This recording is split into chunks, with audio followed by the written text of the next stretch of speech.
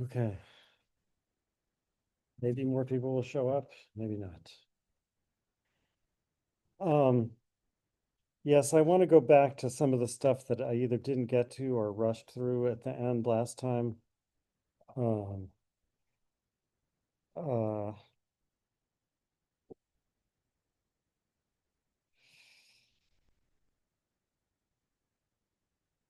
so, um,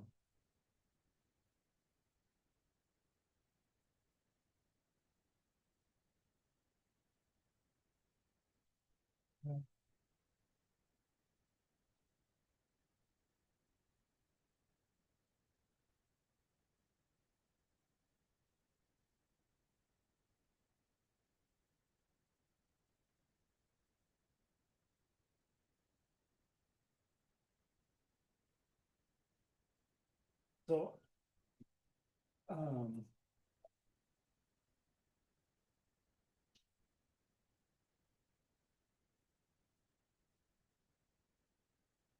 so, as Popper sees it, um, these are two possible answers to the demarcation problem. Right? One answer is that what makes empirical science is that it uses inductive methods. Whereas the other answer, which is his answer, is what makes it empirical science is that it proposes falsifiable theories and tests them. Um,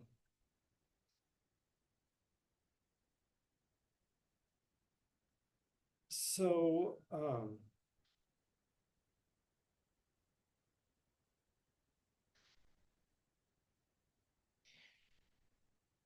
So to look at this as an answer to the demarcation problem, and I mean, this is partly things I said last time, but partly an attempt to say it more clearly.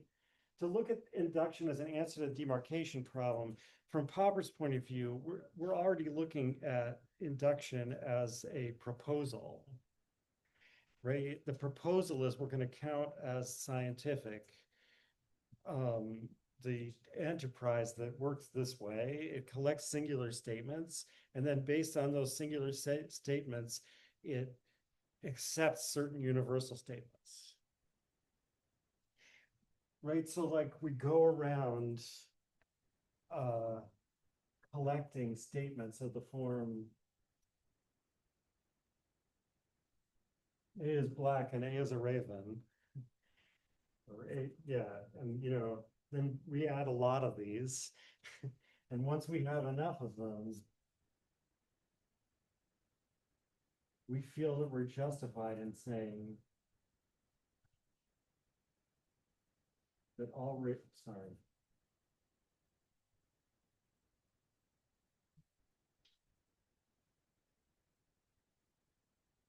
I mean, why not the other way? Well, presumably because we also found lots of things that are black but are not ravens, right? I mean, if we're the other way around and like everything they found that was black was a raven, but there were lots of ravens that were other colors, then we would conclude that right that everything black is a raven.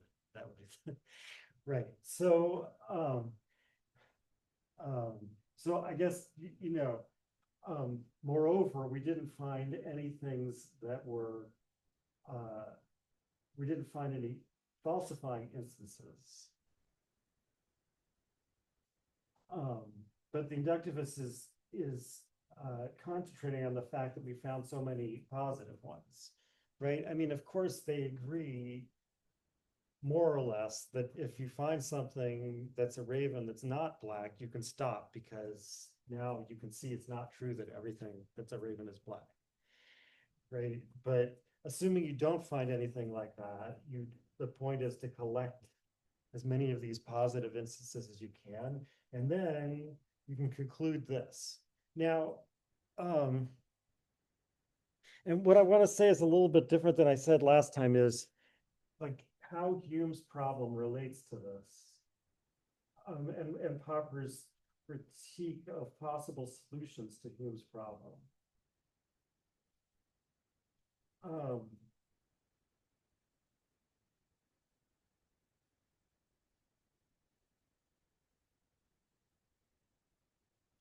so Hume's problem says, why is this a valid conclusion, right? Like, why is it true that whenever there's lots of positive instances, the universal will be true? And um, I mean, the simple answer would be, well, that's not true, right? I mean, there's lots of things that have many positive instances, but where the general statement is not true, you know. Um, uh, so, uh, but I think we can forget about that issue by saying, well, the conclusion is that this is probably true, and that's what most inductivists say, right? They, and by the way, that's what all Hume agrees with Popper. That's really in just as bad trouble as the right. Like the imaginary target is someone who just thinks if you find 100 positive instances, you should accept the generalization, right? And then they stop thinking about it anymore. So like they found 100 green emeralds, they say, okay, we've got 100, that means all emeralds are green, right? So I mean, no one, I don't think,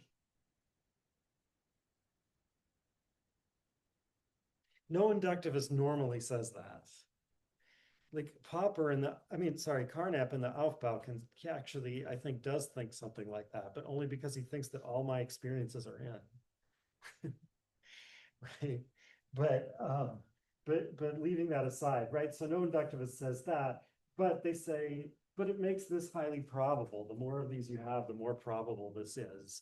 And Hume and Popper both say, well, you know, I mean, that is so Hume's conclusion is that um, that the skeptical conclusion is that uh, finding um, this kind of evidence for something doesn't make it even more probable, let alone certainly true. And right, so the way it works is, as Popper says, so just add this out here, probably. Hey, so and the way it works is you say, well, okay, what justifies you making this step? Is it logic?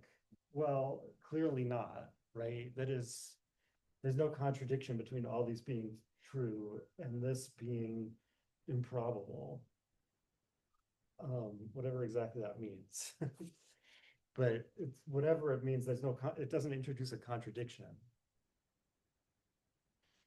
So, and on the other hand, if you say, no, it's not a logical truth, it's a law of nature, it's an empirical fact about our world that the future tends to resemble the past, as Hume puts it, right? But in some other world that might not be true, but in our world we found that that's true.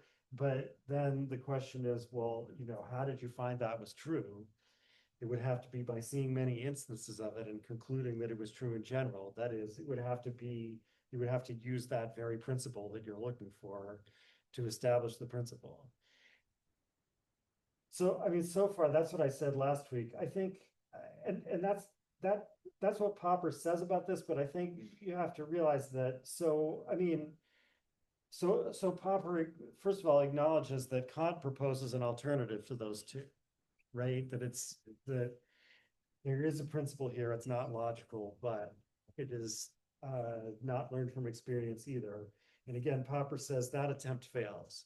But there is another alternative according to Popper. And number one, I think Popper thinks that's what's really happening here. And number two, I think Carnap in his later writings kind of agrees with Popper about this. Namely, that what could this principle be if it's not analytic and not empirical? Well, it could be not theoretical at all. It could be a proposed convention. So the proposed convention is that we accept theories to the extent that the evidence so far has supported them. Now, like what accept means, I mean, we already saw this in Goodman,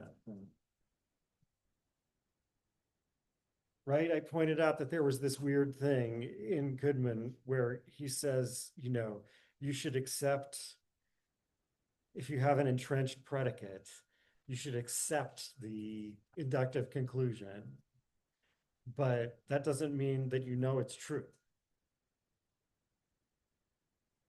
We don't know if it's true. So what does accept mean? Um, so I mean that will come up on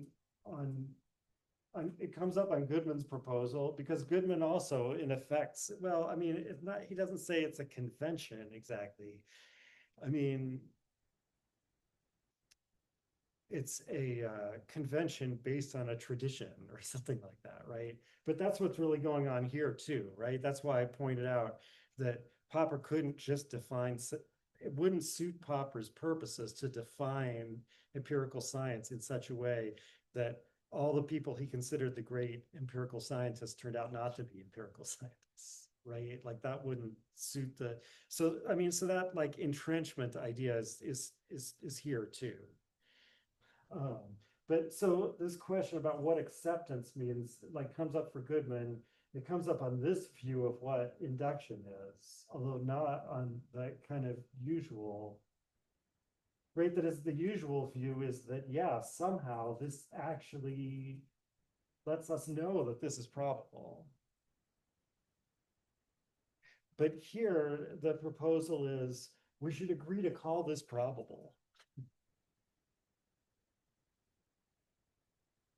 That's being proposed as one of the rules of the game of science, basically. That would be the way of understanding this. Um, and what about over here? Well, maybe I should finish talking about this first. But over here, too, there's going to be a question of what it means for us to accept a theory, because it's not going to mean knowing that it's probably true. But I think the point of the critique of Hume's, the critique of proposed solutions to Hume's problem, other than Kant's or something like Kant's, the critique of proposed solutions to Hume's problem, uh, according to Popper, really results in the conclusion that, yeah, this is just a methodological proposal. People are looking kind of skeptical about this. Is there a question about this? I should pin myself.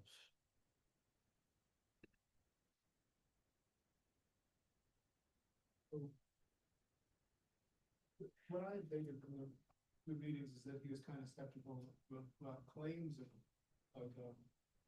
probability, but I don't know. It seems like meaningful. Well, what I'm saying is that if this is taken as a claim that's supposed to follow from this evidence, then Popper says, um, no, there's just this, this doesn't have the right logical form to follow from this. And uh, um, and as for there being some other reason that it follows, that would itself have to be based on induction. If you're an inductivist, it would have to be based on induction. But like, uh, um, but if you say, well, it's really not a claim, it's really a proposal, right? That would put it on the same footing as Popper's proposal, and that's really the right way to compare them, I think. So, um, so if you say it's not a claim, it's really a proposal, then you can't be skeptical about it, right? Because it can't be true or false. But you can ask whether it is good for what you're trying to do.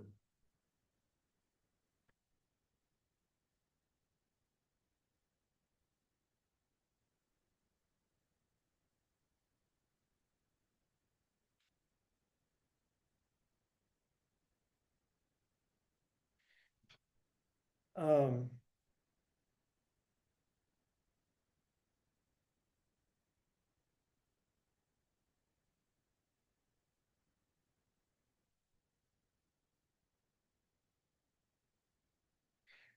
so like you should further ask, so what does this position take as what we're trying to do? I think so it will turn out that Popper and this person really disagree about what the aim of empirical science is. These people think the aim is justification. That is, broadly speaking, um,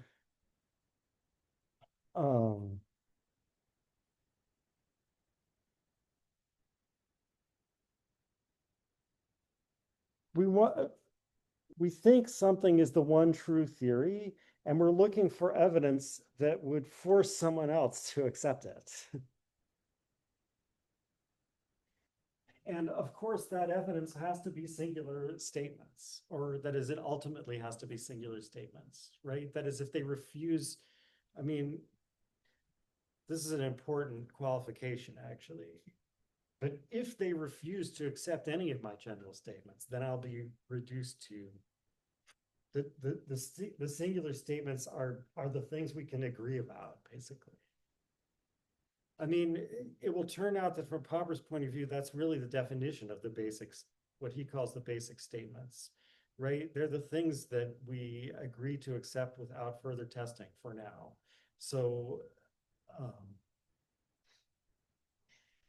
I mean, it's not really the fact that it can be written this way,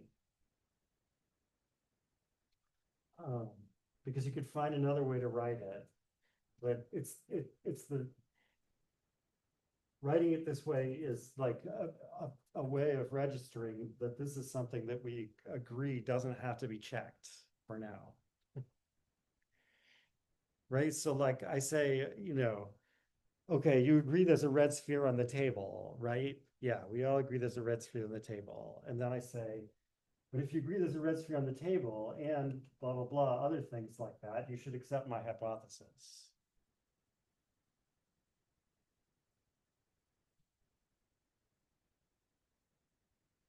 So it's like, it's because we've set out to defend or justify our theory and try to get other people to adopt it by presenting them with evidence that will force them to adopt it. So it's because we're justificationists that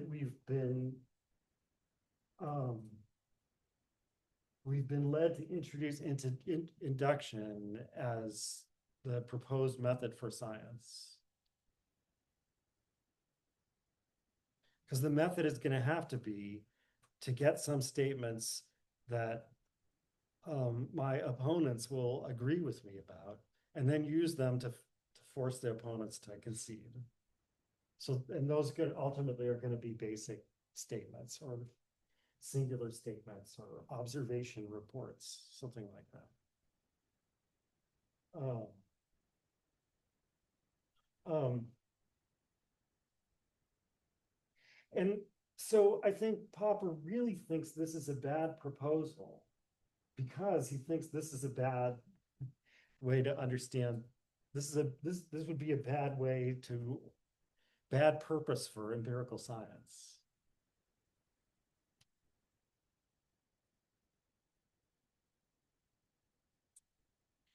Um, because he says,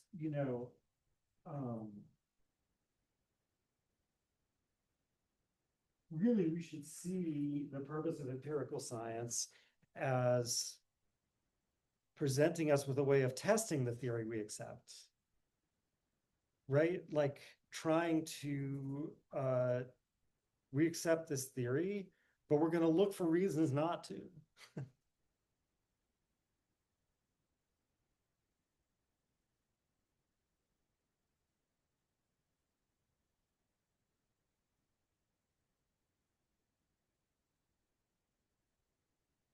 Um,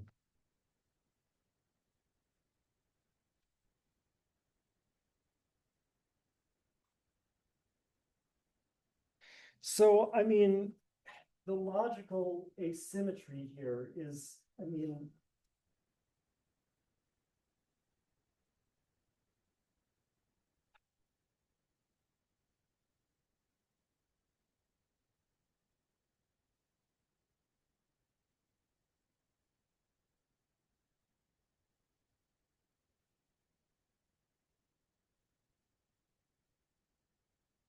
so, like from this, we can conclude that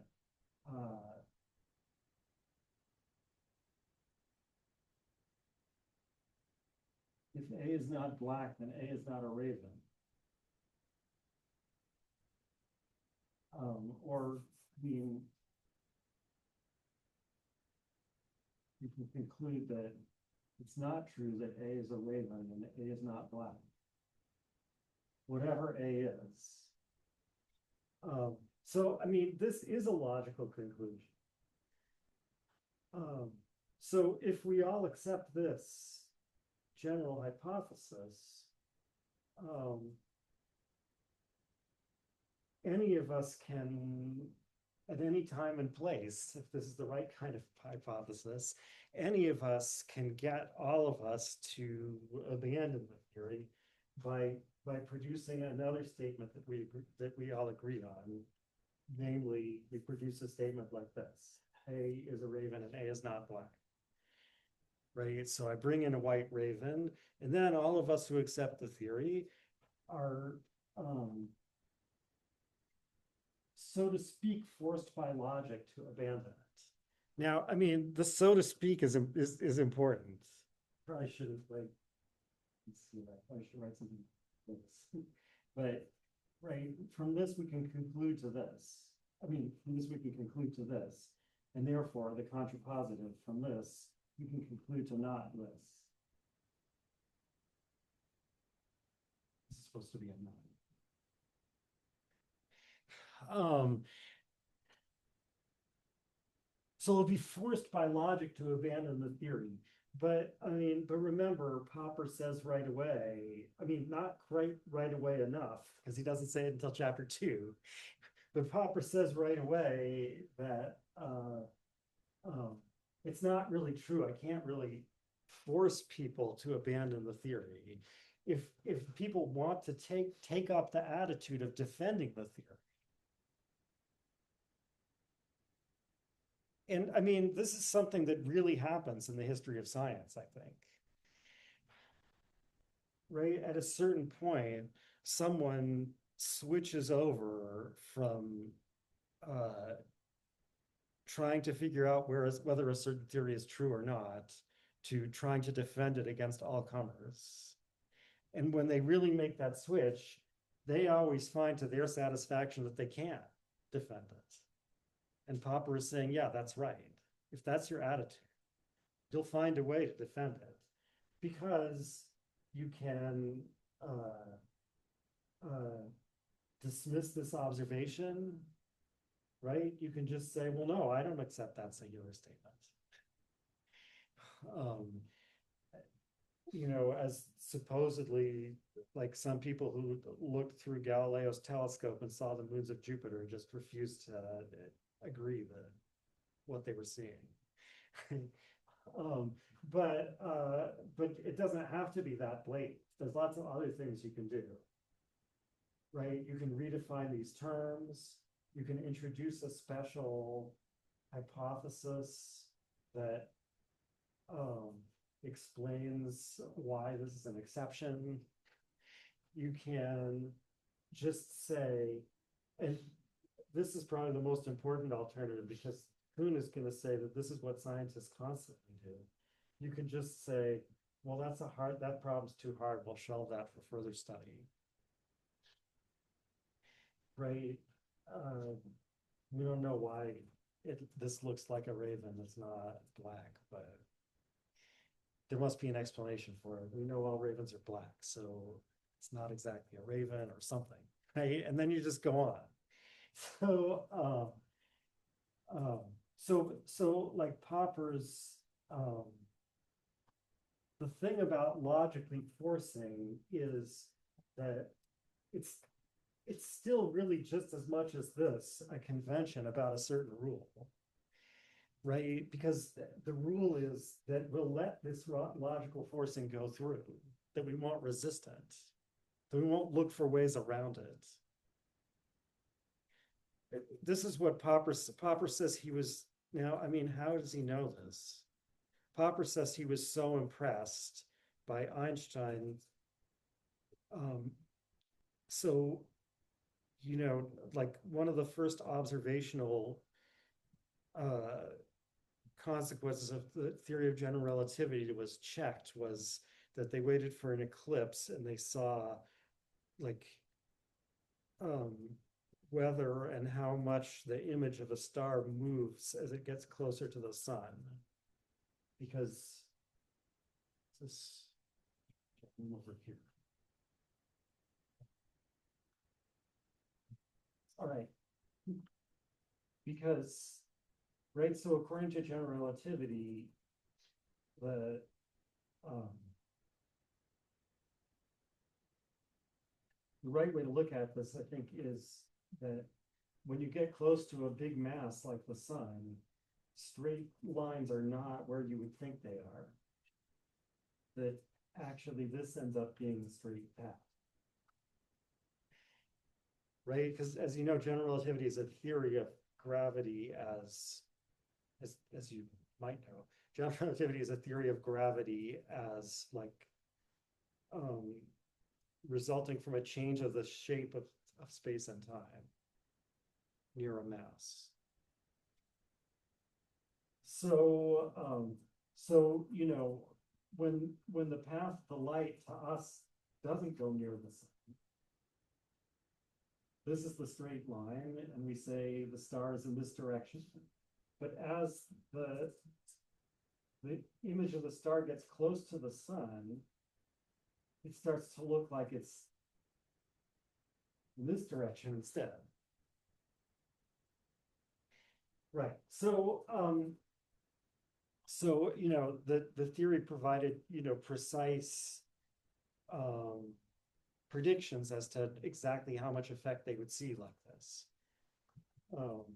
And so they waited for an eclipse and they checked it, and sure enough, it was exactly what Einstein predicted.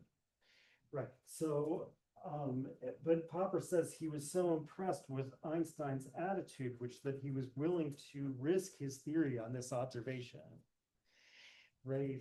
He was willing to say, well, if this doesn't work out, I'll give it up. Now, I mean, I don't know, because since it did work out, we don't really know what Einstein would have done if it didn't work out. I'm not sure how he knows that, um, but anyway, I mean, I guess he said as much as he would give it up, but I don't know. Anyway, but the point is, like, that's the attitude Popper is recommending. We should have that attitude, right? Rather than say, like, for example, oh, well, there must be an invisible mass right here that's changing, right? Like that's another type of thing you can do. Um, so uh, um,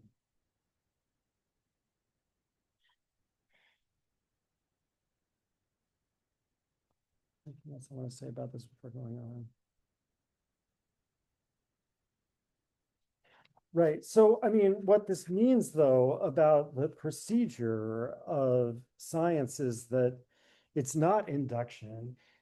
We don't accept a theory because we've built up lots of evidence. Why do we accept a theory? Well, I mean, in a sense, ultimately, it's a mystery why we accept a theory in the first place. I mean, not an insoluble mystery, but Popper doesn't think it has a logical explanation. That is why it first starts getting accepted. Or to begin with, how someone got the idea for the theory in the first place, right? So like the inductivists have an answer to that. Someone got the idea for the theory, or at least they could have gotten the idea this way. I think, Carnap would say, right? It's rational reconstruction. Who knows how they actually got it, but they could have got it this way. And they had this evidence. And this evidence was sufficient for them following the rules to conclude this theory.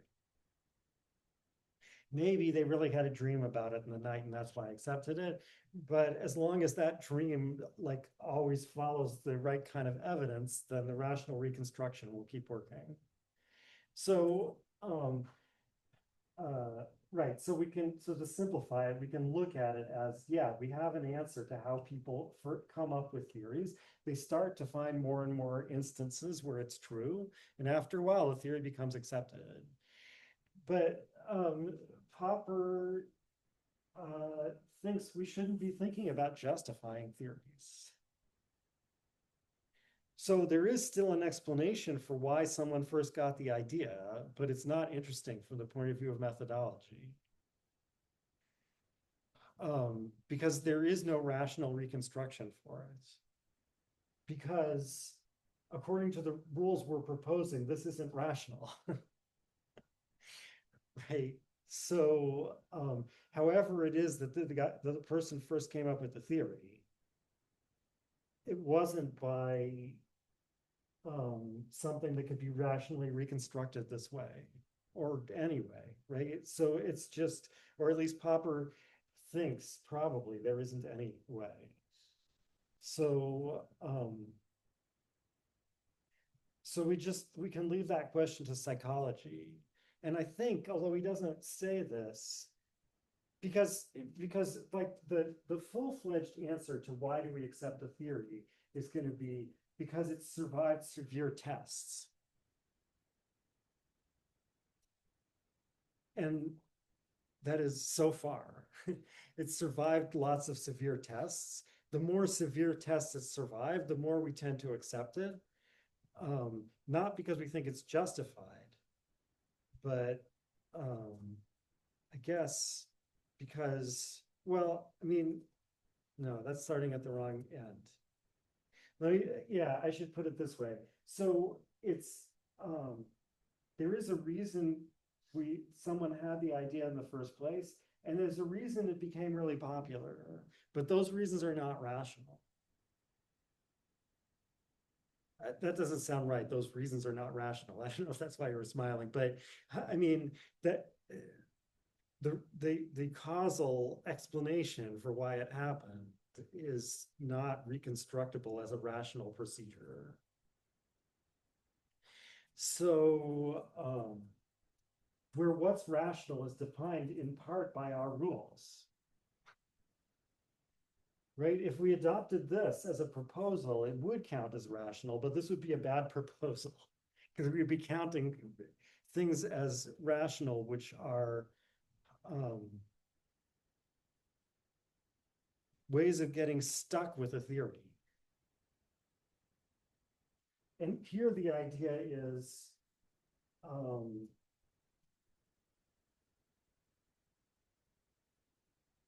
we don't know why we accept the theory to begin with.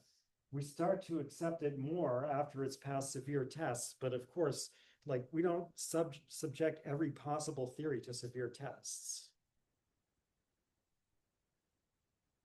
In fact, we don't subject almost any theory to severe tests. Right? Like of all the possible infinite number of theories, most of them have never occurred to anyone, let alone been tested. And to subject a theory to severe tests usually is expensive. Right? Like you have to bring all your instruments to the place where the eclipse is going to be, and right. So, or you have to build a giant particle accelerator. I mean, I mean, you don't do it to just any theory. Why are we doing it to this theory?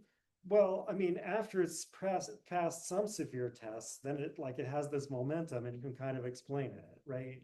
But how did it get there in the first place? It was popular, it sounded good. It was beautiful. It was, right? So, I mean, Popper isn't denying that we can explain that, but he's saying explaining that isn't going to justify accepting the theory. But what we can do is what we can do is make sure that however we got to this theory, if it's false, we won't be stuck with it.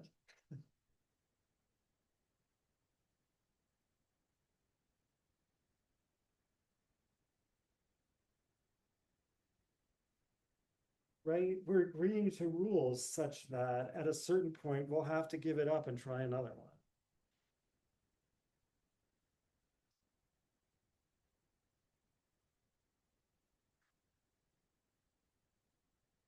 So this is like a bad way to go because although you could go this way, right? I mean, if you went this way and you thought that this was not a methodological proposal, but an actual form of inference, then that could lead to dogmatism. I don't know which comes first, though, actually, because saying this is a bad way to go is kind of the same as saying dogmatism is bad. But in any case, but like if you recognize that this is a methodological principle, then there's nothing to stop you from doing this. Right? I mean, we all could start tomorrow. We could all start going around and checking instances of theories and like adding them up and whatever. Um, uh, but Popper says that would be a bad thing to do. It would be a bad thing to do. It wouldn't lead to progress. It wouldn't lead to better and better theories because it would rather lead us to getting stuck trying to defend theories. That would be the whole point of it.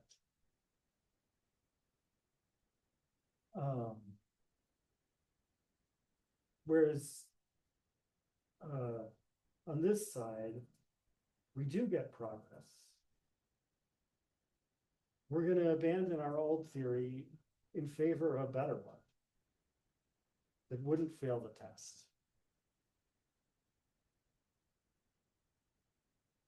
Although it might fail some further test.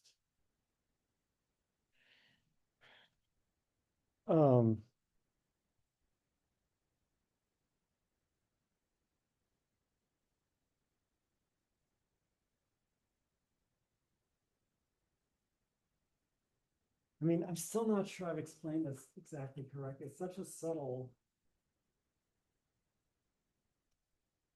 Popper, like a lot of philosophers, can be deceptive in this way.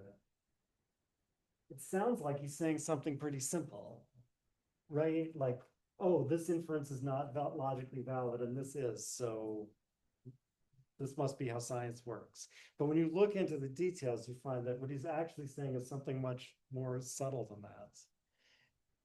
I mean, the fact that this inference is logically valid um,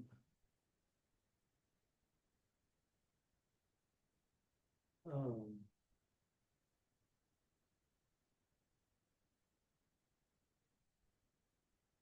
it's useful but it's useful only because it tells us what not to try to interfere with. Um, it's not literally that logic will force us to do the right thing.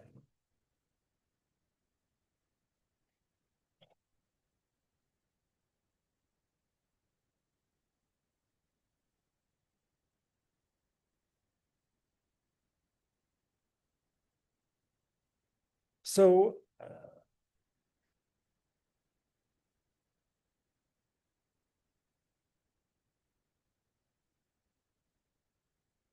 okay, I think I'm done with this part, but are there questions? Yeah. Guidelines on how it could be falsified? Because like with Einstein's thing, like what if it did fail and what if there was actually like a random mass somewhere or some like outside force that they didn't expect, and then the theory is maybe still true on some level, but it was, maybe failed that one test. Yeah, so I mean, we'll see. He already said a little bit about this, but we'll see later. He'll say more about it. But and I mean, this I think only serves to emphasize even more that that this logical forcing is not like as central as it first seems. because he says, yeah, of course, a stray observation is not used to falsify a theory. But also, I guess secondary part of that is like, can you like have a theory, like you just can create a new theory that's very similar to your previous theory if the previous theory was falsified, but just change it ever so slightly. Like, I guess with like the Marxist example you brought up before, where like they predicted this stuff and then it didn't happen exactly like that. But you can still say like some of the other things that were said there. Yeah, so I think, I mean, there's supposed to be a rule for that too. And I mean, and I mean, whether all of this stuff works or not is, it's a good question, but it's also not clear exactly what the question is. Because if the question is, does it work mechanically? Right? Like, we'll see Popper, I mean, Putnam accusing Popper of thinking there's an algorithm of scientific research. Part of Popper's response to that is the word really should be algorithm, not algorithm. But anyway, we'll find that. But you know, so if you know, if the question is, will this somehow, like, can you use this to create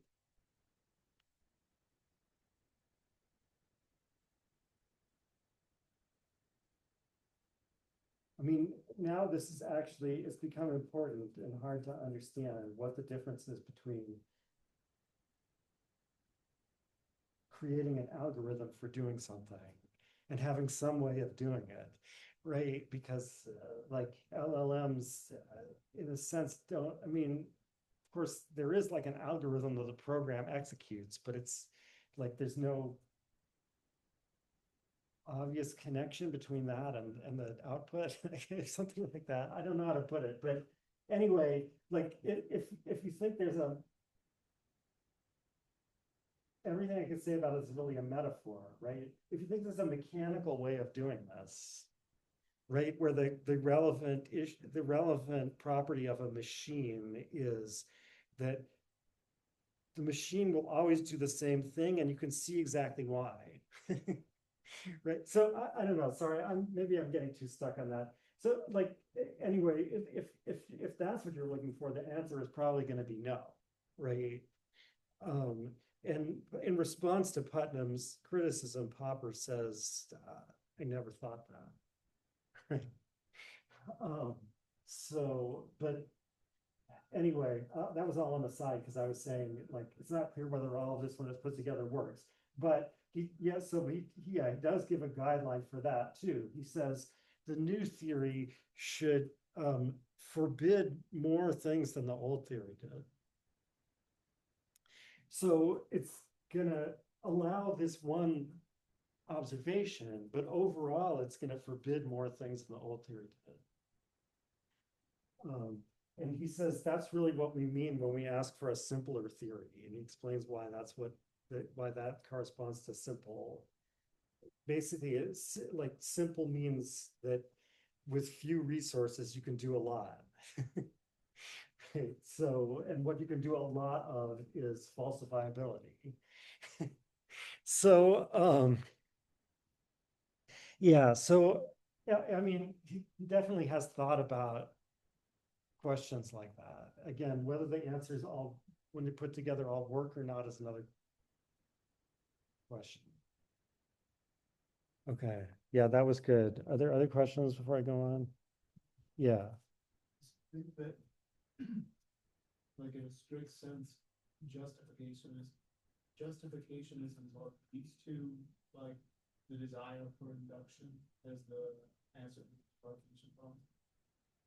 Yeah, I think so. I think he thinks that justificationism, and sometimes he calls the inductivists justificationists, but I think the relationship is that justification forces you to go through this method. Because again, justification means we take the things that we all agree on, and I try to use them to force you to accept my theory. So that means we have to go in this direction. Yeah, and it seems to entail that or with like a dogmatism. I mean,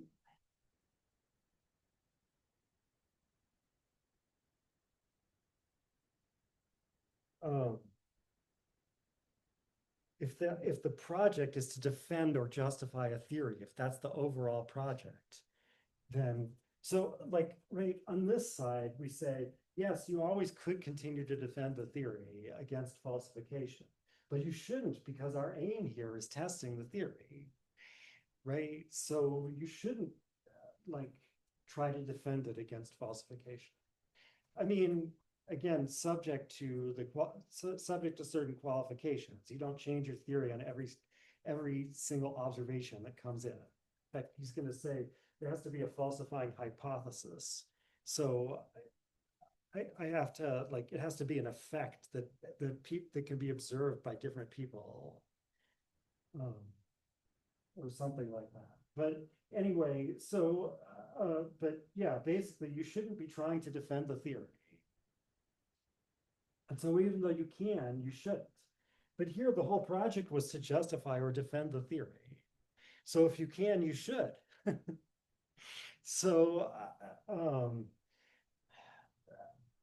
so like if the day comes when you see what appears to be a non-black raven, like if you really take seriously that your project is to justify this theory, what you should do is find some ad hoc hypothesis or something to explain away that falsifying observation. So in a sense, this like it should lead to dogmatism. If you're serious about this, then you're already on the path to dogmatism. And that's why it's bad. Or is it the other way around? Dogmatism is bad because I think dogmatism is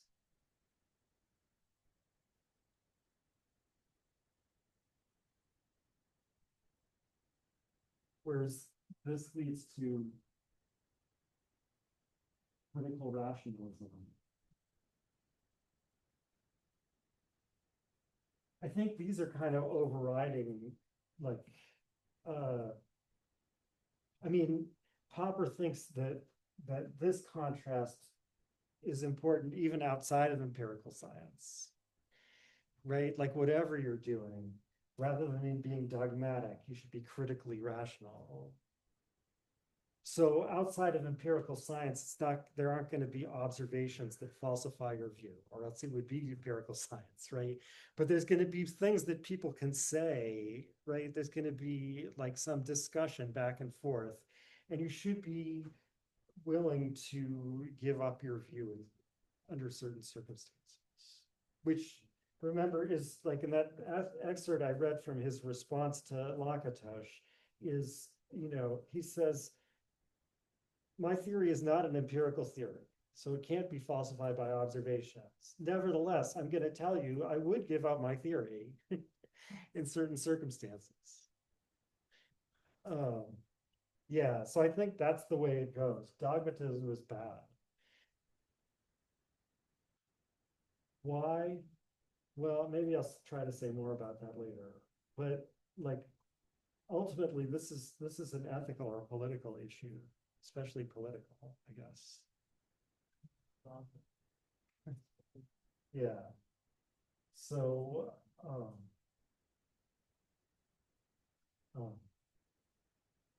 although, other people, so we're not going to read anything by Paul Feyerabend, but he was a sort of follower of Popper who turned against him essentially because he thought that this idea of accepting a theory was politically repressive. Um, and that science, and while agreeing that science as it is involves that, and therefore involves reading certain people out as cranks, right? Like whoever doesn't accept the theory that we accept, but continues trying to defend something else, is like what's technically, that's, people don't think of it as a technical term, but I think right, that's what's known as a crank. So, and Feyerabend thought, no, we shouldn't be doing that. Um, but, uh, but, but Popper thinks it's sufficient that, you know, that, that it's politically sufficient that we're open to criticism. We're open to responding to criticism. Even though there's a kind of hegemony going on, it's open. um, all right. Let me try to get to some other stuff. This was all mostly about what I talked about last time. Um,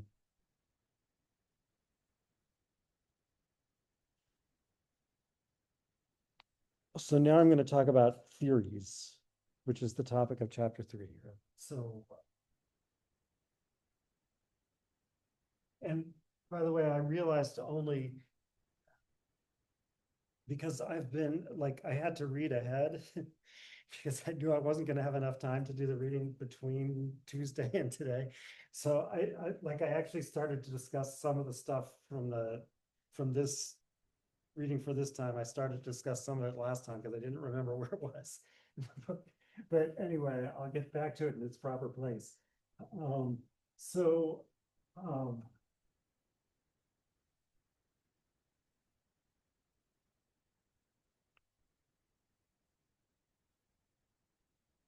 So a theory, now remember, I talked about several different meanings of theory. One is theory versus practice. Although I think that distinction is actually very important to Popper, he doesn't talk about it in these terms that I'm aware of. Maybe he does somewhere. Another is theory versus observation. As I think I mentioned before, these are actually both ancient, right? That is, the word theoria in Greek is already used in both of these ways, although I think this one is older, at least as far as I can tell. But so Popper is kind of using this one, but in a special way, namely that a theory is the kind of thing that needs to be falsifiable by observations. So it's, I mean, a theory is a kind of system of statements.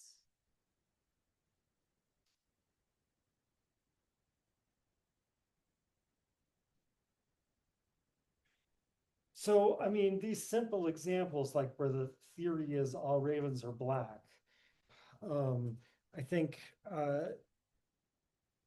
Popper, those are not real examples of scientific theories, and Popper doesn't think they're real examples of scientific theories, right? A real scientific theory is um, um, usually a whole system of statements that go together.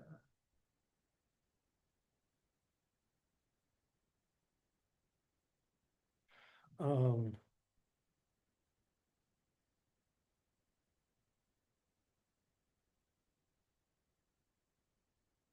so when Popper says that,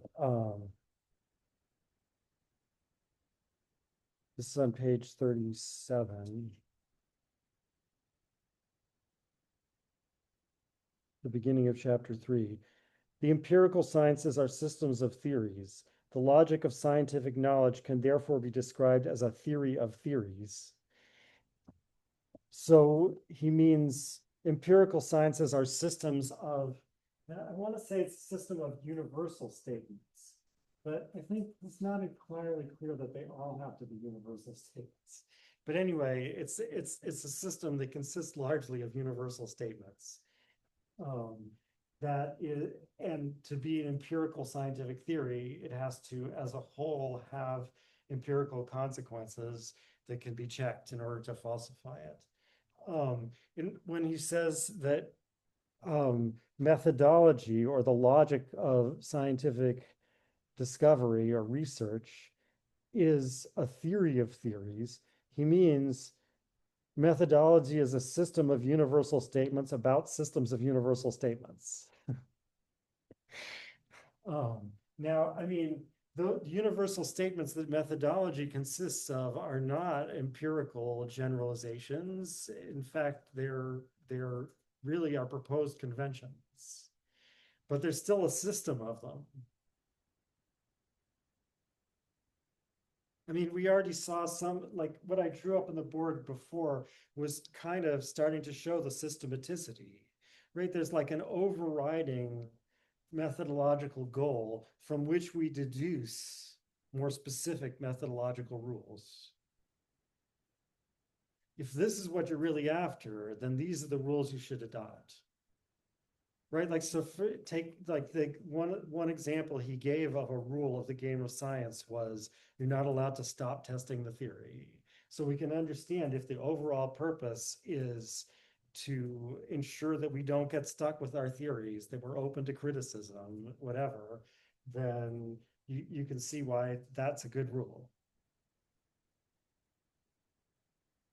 That more specific rule about like how the game can end or that it can't, basically, that it can't end, that like no one can win this game is a good rule given your overall purpose. So we kind of deduced it. Yeah.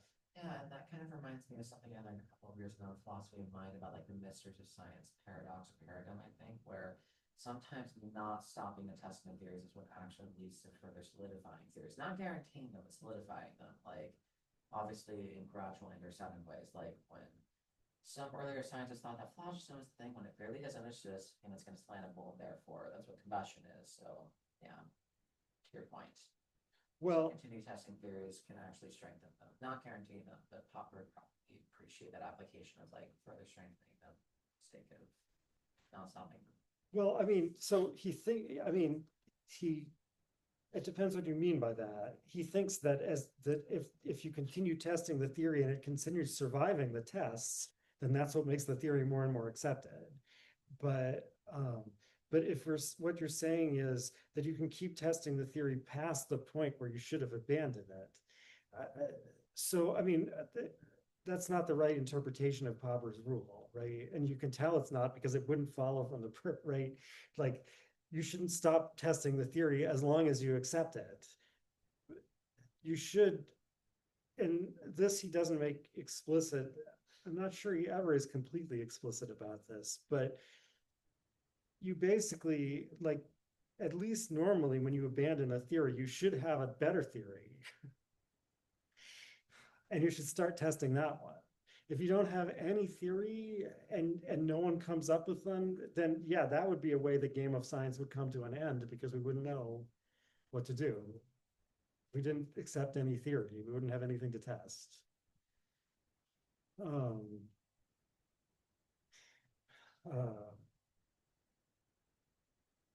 And I think, you know, Popper would say we can't rule out that that will happen. Right? Like our rules can't, no matter how clever, can't ensure that we'll always have a theory we want to test. Someone has to think of it. Right. So, but normally, and actually this will come out and discuss this chapter in more detail. Normally the situation is that we have an old theory and we're trying to decide to switch to a new theory. um,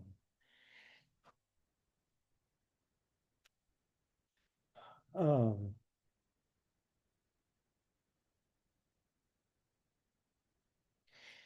Okay, right. So the theory consists largely of universal statements, and we're going to give a system of proposed universal conventions for what those things should be like. And so the first one is, and now this again is something where maybe this already maybe is something where I got ahead of myself, is that these universal statements should have the form of causal explanations. And um,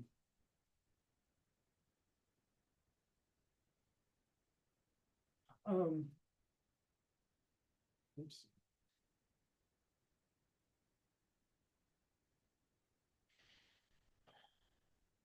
so from a certain point of view, there's a big mystery about what a causal explanation is. Maybe a difficult metaphysical problem or something like that. Because normally people say, you can't just say this. And what this is that you can't just say is that this is a causal explanation. um,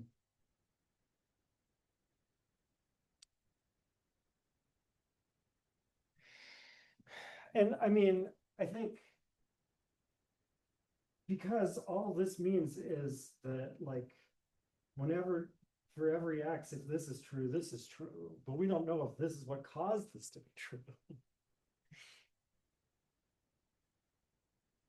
That's a whole different claim, right? This could be true by accident, or they could have a common cause or something, right? So,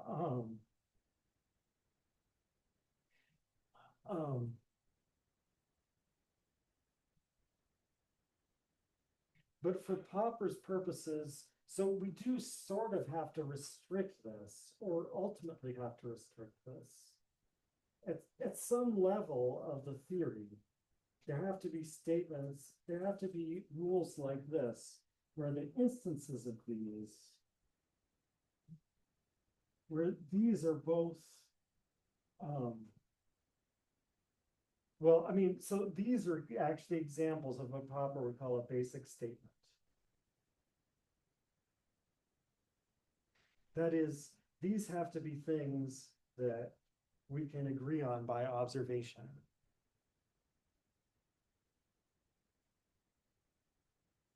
I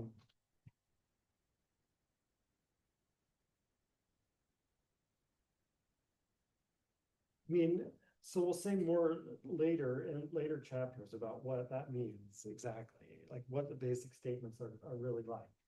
But so the idea then is that the theory's prediction is this. It predicts that A will be black. But it doesn't predict that any A anywhere will be black. It predicts that A will be black if this condition holds. And this is what Popper calls the initial conditions in English. Actually, in German, it calls them boundary conditions. I don't know why he decided to make that change, because you can say boundary conditions in English too. But he calls them initial conditions. So, right, I mean,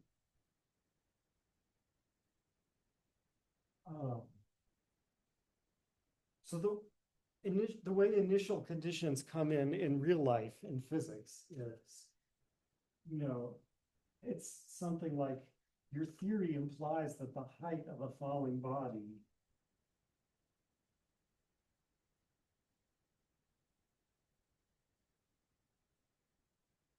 at a certain time will be this.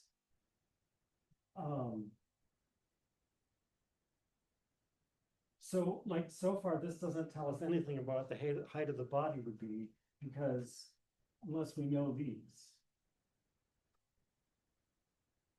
If people see it, like, is this like a formula you've seen before, like high school physics or sometime? Advanced algebra, projectile motion. Yeah, I mean, this is right. This is the motion of a freely falling body in a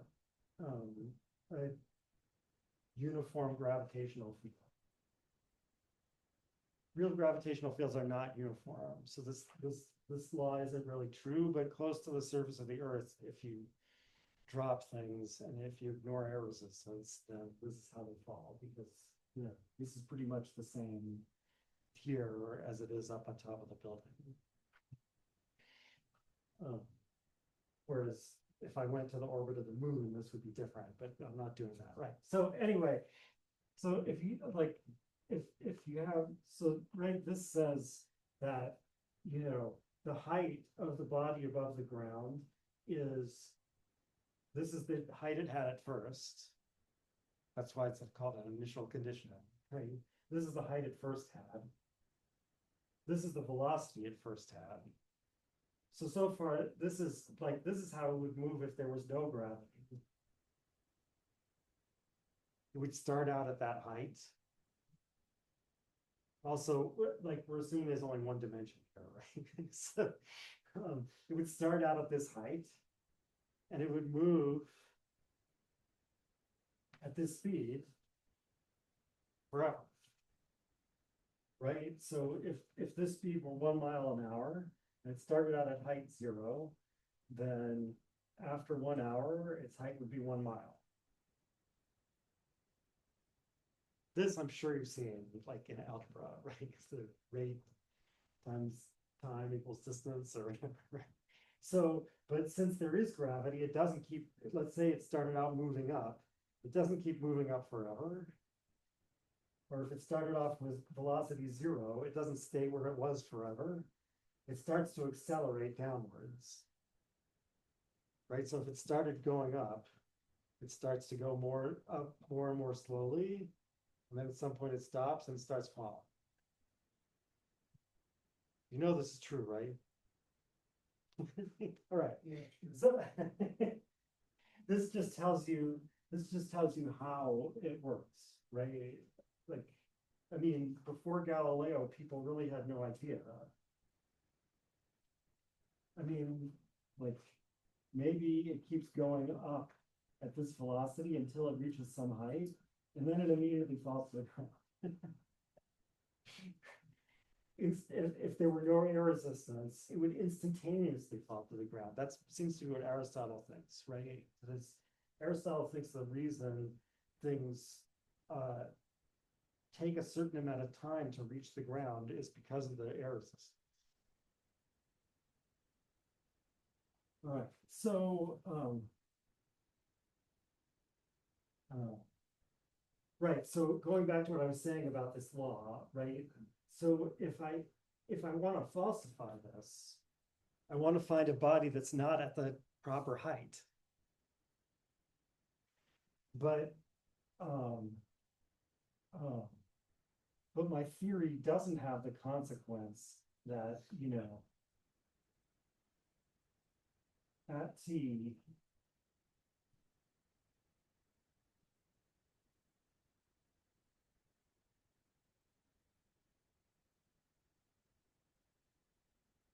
right? Like, this isn't the type of consequence that the theory of gravitation has. Obviously.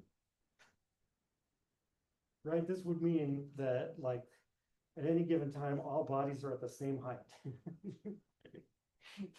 That's clearly not true.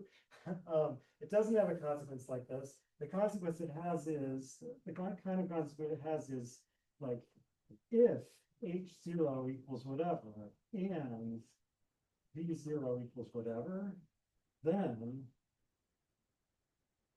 at t, h equals whatever, right? So if you give it the initial conditions, the theory will allow you to derive a prediction from it.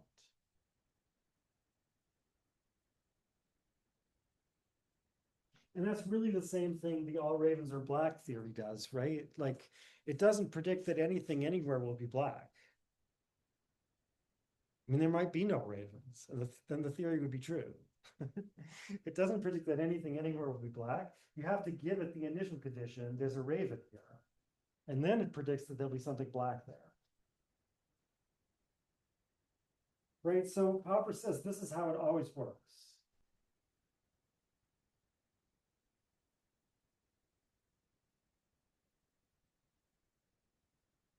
You know, I mean,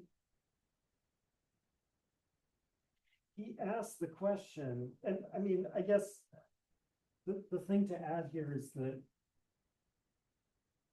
the reason this is for all bodies.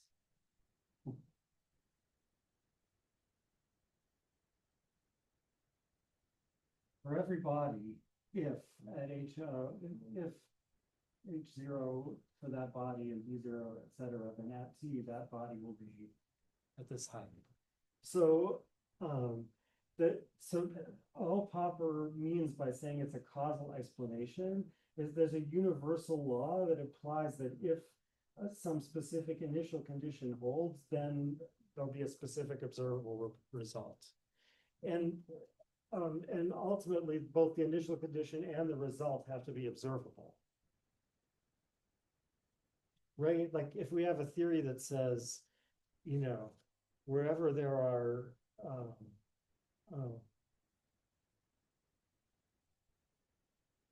super sensible angels, there's something black, then it can't obviously be tested because we can't tell where the initial conditions hold. So the theory has to contain somewhere in it statements like this, where these are both, where the instances of these are observable sentences or basic statements.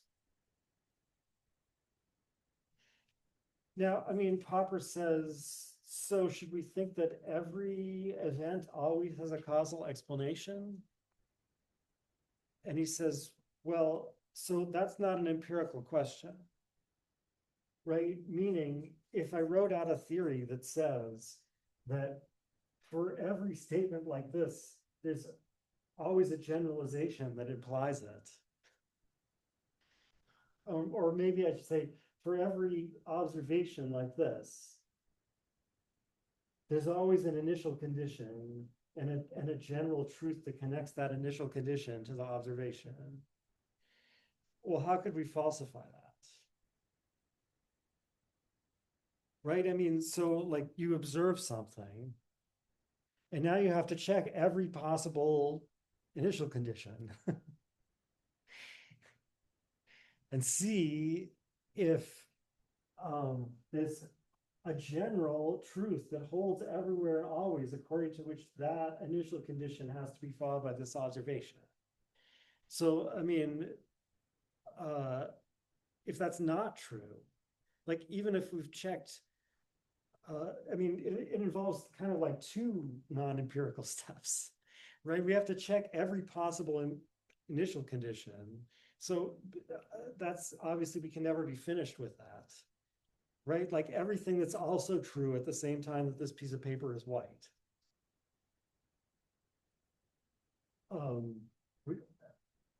But for each one of them, we have to test whether there's a universal truth that connects these two. And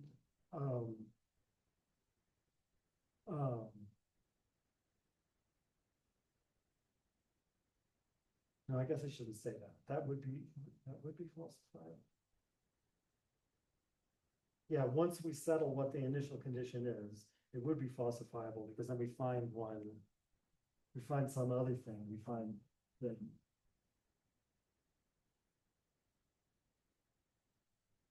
right. So I mean, but it's not falsifiable because we can't check every initial condition to see if it works.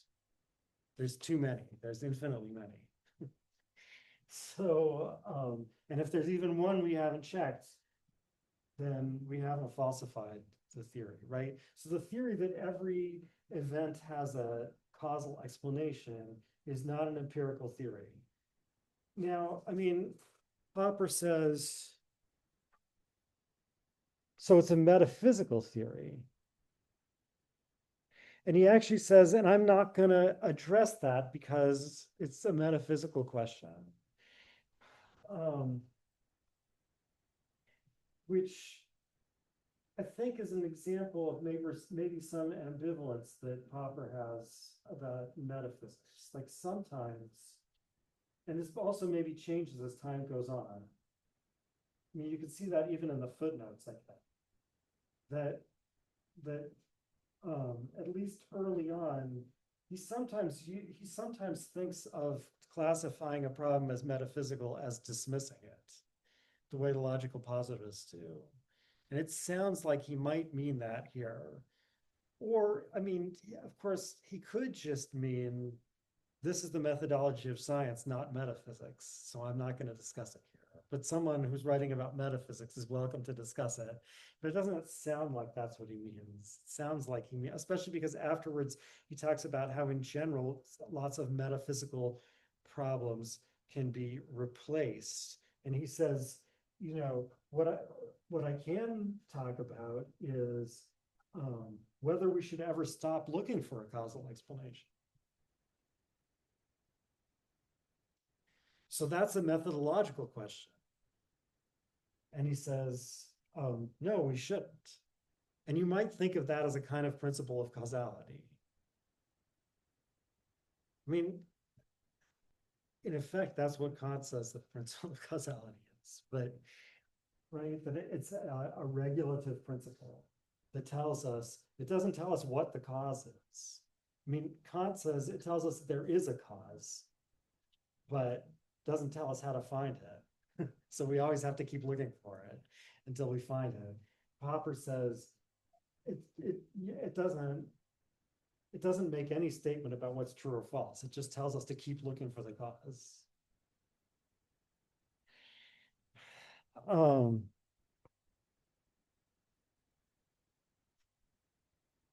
Meaning always propose theories that have statements like this as their consequences, because statements like this are the kind of statements that can be falsified by observations. I mean, again, if we ever had a theory that implied something like this, right? This would be like the theory that all bodies are at the same height. So the theory would be all bodies are 4 feet off the ground. I mean, that wouldn't even be consistent, but I guess that depends how you define the ground, maybe. I don't know. But anyway, like if this would also be falsifiable, but we don't ordinarily have theories like that. There's a place where Popper wrote a lot of things about the history of philosophy. I think they are mostly not taken seriously by professional historians of philosophy, but I don't know if that means that they're worse or better than professional historians of philosophy, or both probably. But in any case, this particular thing he says is really weird. He says that science originated with the Eleatics. That is Parmenides and that school of pre-Socratics. And he said they proposed the theory that nothing moves. And then it was falsified because something moved.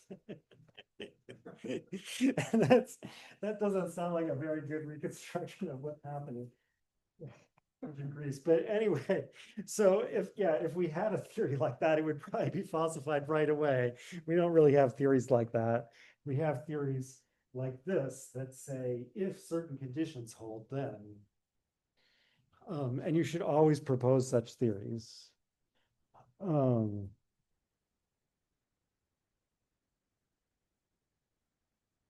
Okay, but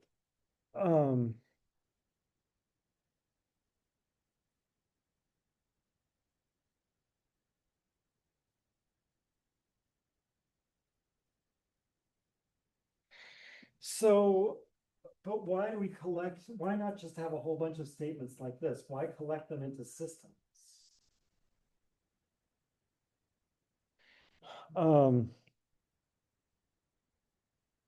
So the answer, I think this is what Popper says, although he doesn't say this quite as clearly as I might want. That the reason to collect statements into systems, and the way the system is going to work, it's going to be an axiomatized system, right? So we're back to Carnap's idea of an axiomatized system. I mean, not that it was Carnap's idea, obviously, not that Carnap invented axiomatization. But back to Carnap's idea that ideally a scientific theory should be an axiomatized system.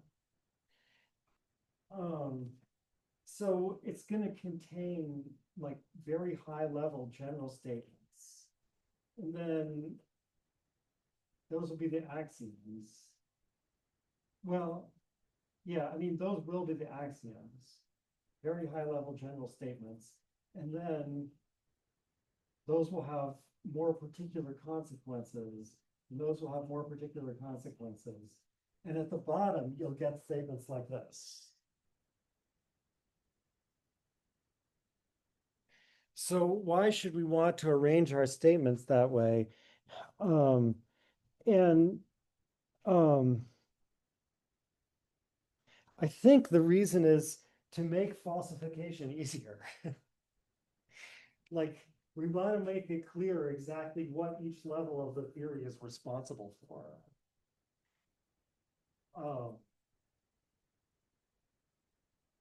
so like, especially if you can separate it out this way, then we can like falsify parts of the theory. It might not be this simple though. You might need, you know, these two axioms for this and whatever, um, but it's to make it clear, like, what all the consequences we're committing to are and why, so that we can't, like, in some hidden way shift blame to somewhere else. We've stated exactly why, like, this is like a structure saying exactly when we would give up what level of statement.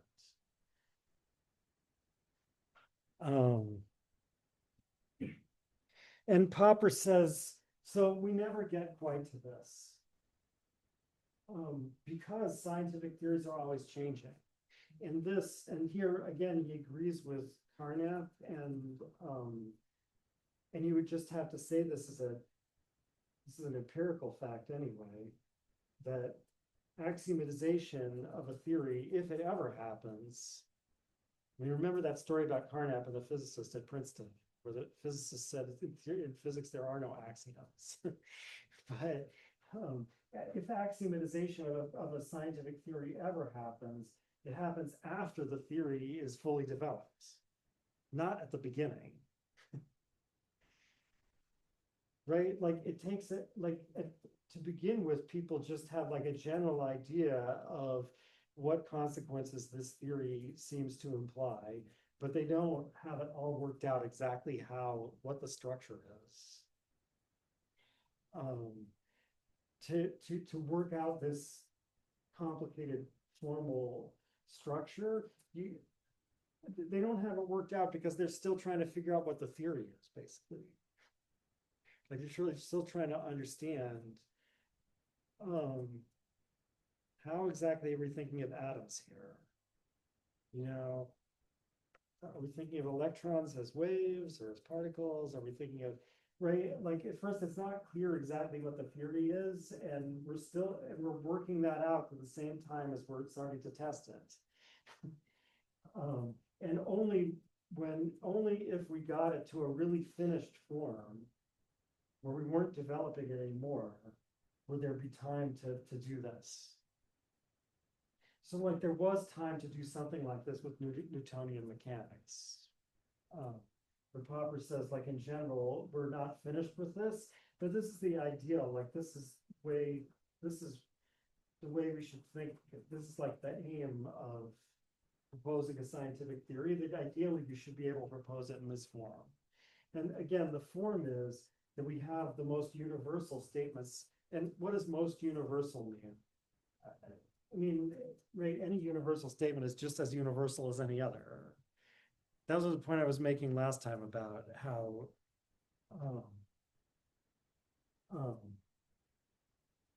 the difference between strictly universal generalizations and merely numerically universal generalizations is not the restricted domain of the quantifier. The quantifier is still over everything, right? So like, so I think what more universal really just means is more steps away from the testable consequences. Because so these are the bottom level generalizations, and then these are the things that are going to have observable consequences that we can then use to test. So these are, so to speak, the least universal because they're closest to the singular statements that we're going to use to test the theory. And these are more universal because it takes more steps to get from them to the singular statements. Oh boy. Right. Once again, went too slowly through some of this stuff.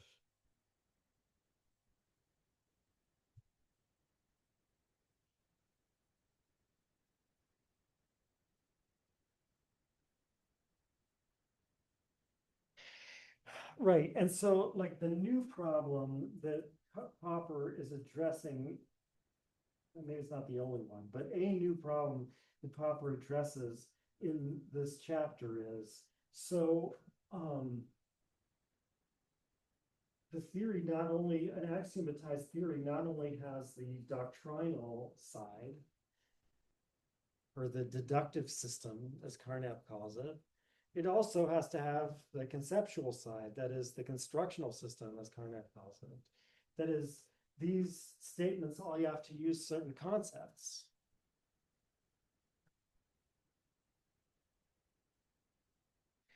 And presumably, I mean, again, is this the definition of most universal concepts? I don't know, the axioms are the most universal statements, and they're going to use the most universal concepts. Again, like every concept divides everything into the things that fall under it, the things that don't. So they're all completely universal. But these are the ones that are most universal because their application is the farthest from singulars.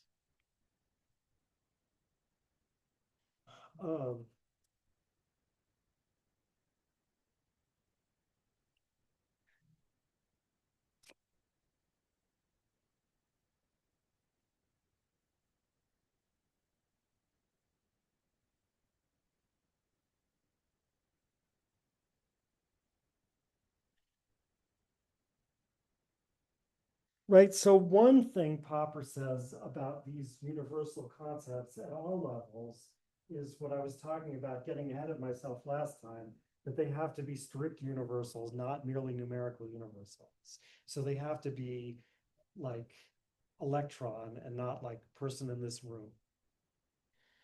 And if Goodman says, Goodman says there's no syntactic way to distinguish these two.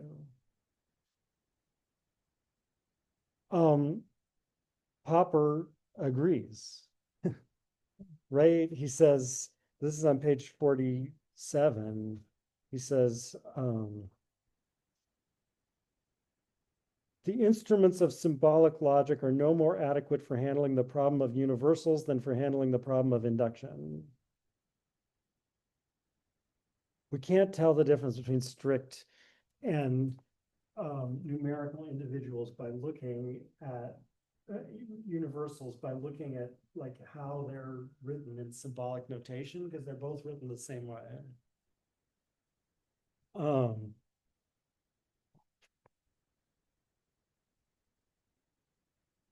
And he also says, this is on page 42.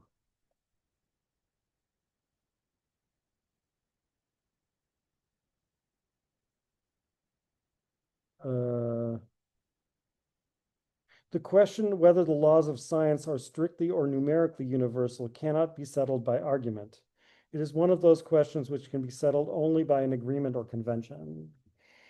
Right, meaning that when we say that the concepts used here have to be strict universals, we're really not suggesting that you use this class of concepts rather than this class of concepts.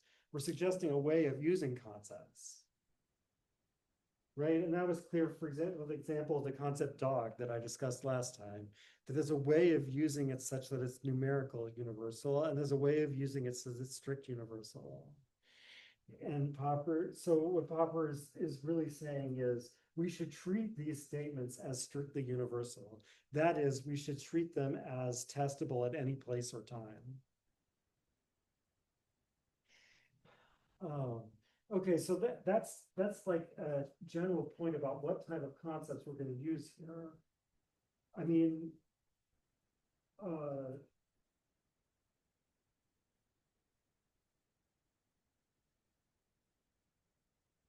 that is, you may say he's like, Goodman points out that just being empirical is not good enough to make a concept a good concept to use in science. Popper is saying to begin with that, yeah, the main thing, the test that for whether it's a good concept to use in science is whether it's being used as a strict universal, not whether it's empirical. But then there still is the question, well, okay, but what about what Carnap says, which is that the upper level concepts should be definable in terms of the lower level ones.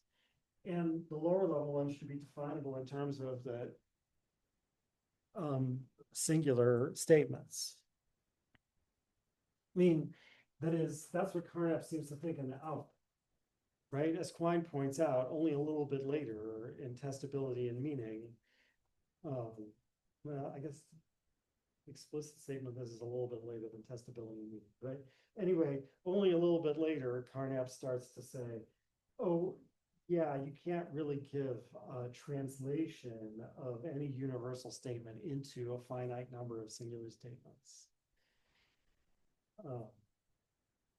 But Carnap and the Aufbau seems to think that, right, by definition, by contextual definition, you can get rid of all of these more universal terms and you'll be left with only singular statements.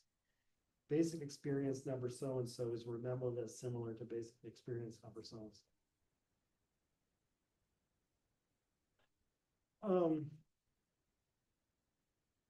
But Popper says, this just isn't true. It's parallel to the problem about induction.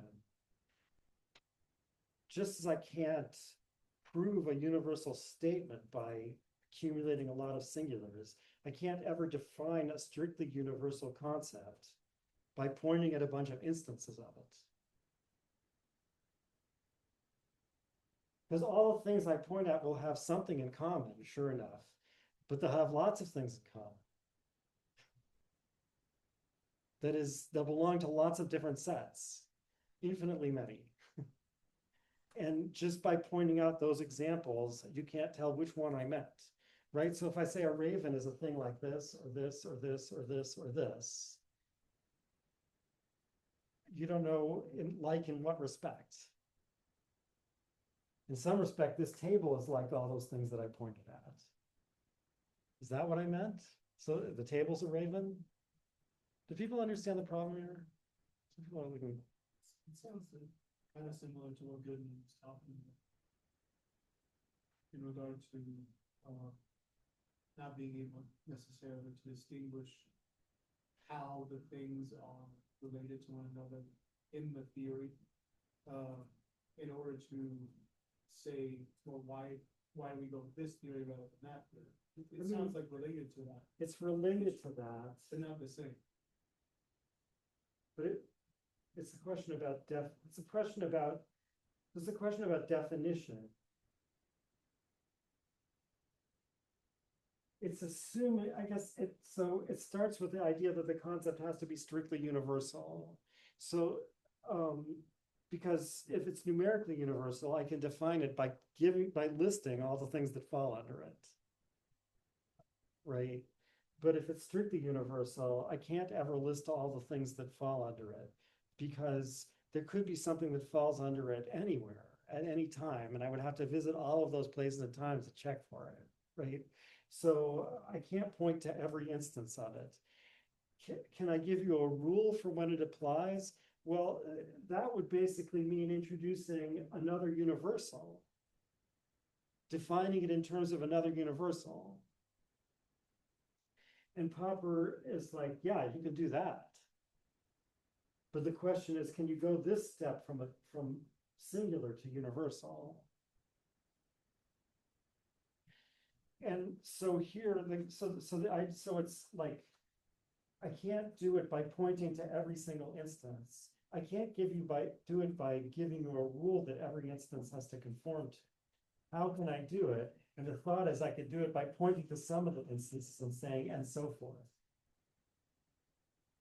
But the and so forth is never fully determined by those finite. It's never determined almost at all by those finite number of things I pointed to.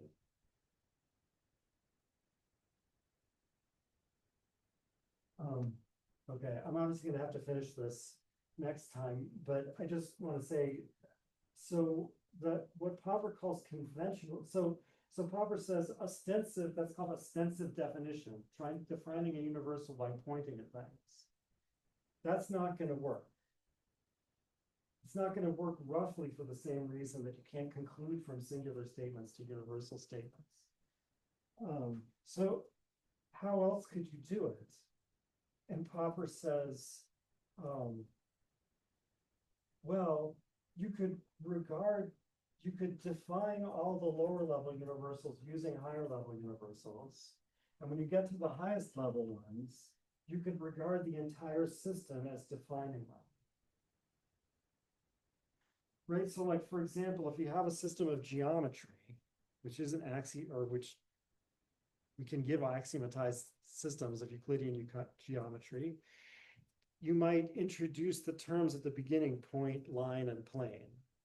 And then you define everything else as you go on in terms of those most universal concepts, point, line, and plane. So like you define triangle in terms of lines and points and whatever, right? And then at the end, someone asks you, well, what do point, line, and plane mean? And you say, well, whatever makes the system true, that's what counts as points, lines, and planes.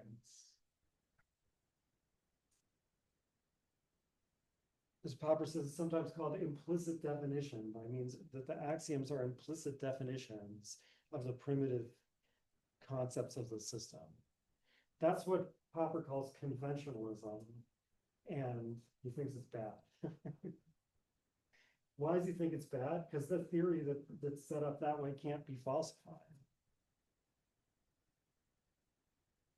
Right? Like if it turns out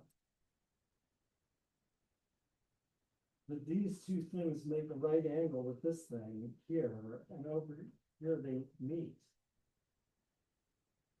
And my axioms implied that two straight lines, that the two lines that make a right angle with a third line can never meet.